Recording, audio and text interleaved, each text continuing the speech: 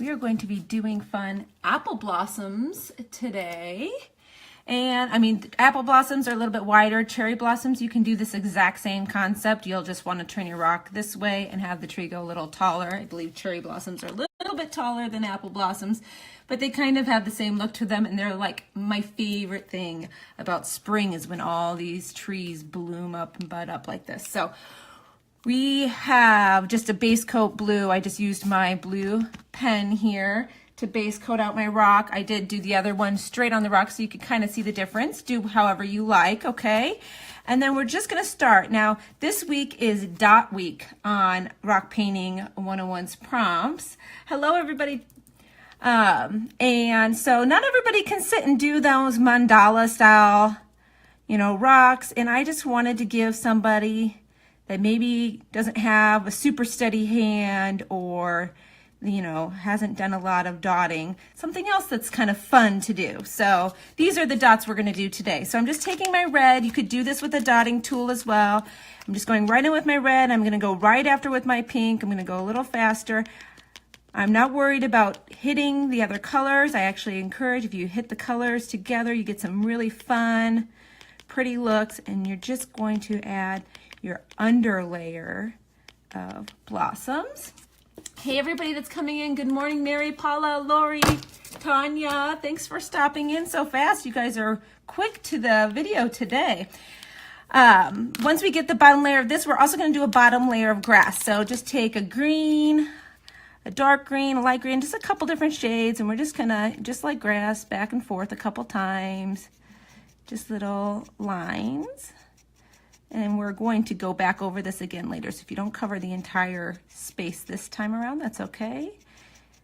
It's just about, in order to get a really nice look to this when it's done, you're going to want to have that trunk in your grass, and you're going to want some of the blossoms to be behind your branches. So we got to give him a nice little place where he's going to hang out down here. So we're just doing the two different colors. And don't worry if you mix a little bit of that ink on your pen. They're very easy to clean. And my screen on my computer for some reason isn't updating anymore. I'm seeing more good mornings. Hi, Chris, Fatima, and another one went by. They go by kind of fast. Now, I am going to let you guys know, if you're ever watching these videos live, I've had somebody tell me when you're on a cell phone, it can be kind of tricky to watch a live video when the comments are going by. I have been trying to pay attention and keep my rock a little higher, but there is a little spot, I guess, in the upper right-hand corner where you can turn off comments during your replay. If you like to chat during the live video, you can watch the replay without those comments very easily. So what we're going to do is we're going to create our trunk and some branches. So I'm just going to take my brown, and I like to always start at the top and work my way back down to the base. That way, every time you come back down to the base, your trunk gets a little bigger and bigger. And that's kind of the way that trees work if you think about it. So we're just going to start one of our furthest branches, and we're going to go on top of where our blossoms are. Cover them up a little bit, because if you think about it, there's going to be blossoms on the back side of your branches just as much as the front side. And I'm working in apple blossom, so my tree is going to be wider, but like I did state at the beginning of the video, for those that are just joining in, if you're a cherry blossom fan, they're basically the same thing. They're just a taller tree. The apple blossoms are a little bit wider. So just kind of start at your very tips and work your way back down to the base, creating your basic tree form like so.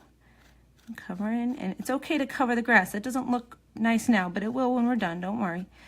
So you've got your basic branches, and you want to kind of connect to wherever your dots landed.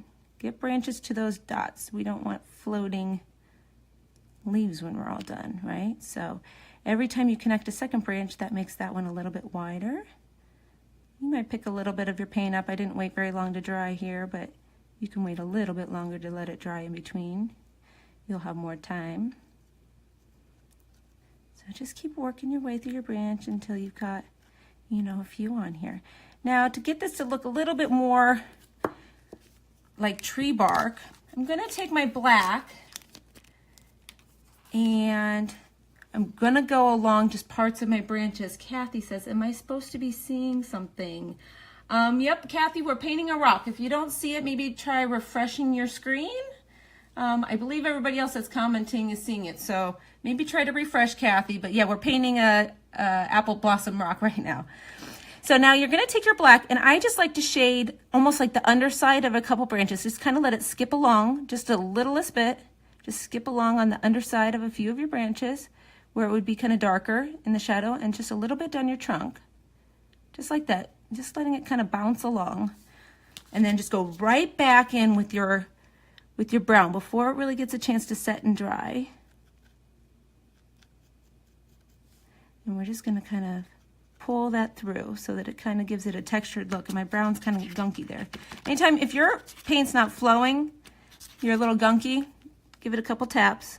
It'll get flowing again. See, look how fast that started flowing. So now it's almost flowing. So just go along those and just pull them down. It kind of just gives it a little bit more of a textured look, a little bit of shadow underneath your branches. And this is such a simple rock to do, guys. Anybody's going to be able to do this one. So I'm expecting to see lots of apple blossoms and cherry blossoms throughout the day being added in the comments. So make sure if you do this, come back and leave a comment. Oop, I laid on my brown. So I'm done with my brown and black, so we're going to cap those and put them off to the side. I'm going to let this dry just a little bit because I do want the brown to dry before I go back in on top. So I will go down to my grassy area here. I want my dark grass on top. So I'm going to just do a few more blades of the light green down along the bottom here. You don't want any of that blue showing through. And if you want to get really picky, you can get it all the way down to the bottom here. I'm not that much of a perfectionist, I guess you could say. So I'm just going to go here, add a few in front of your trunk like that.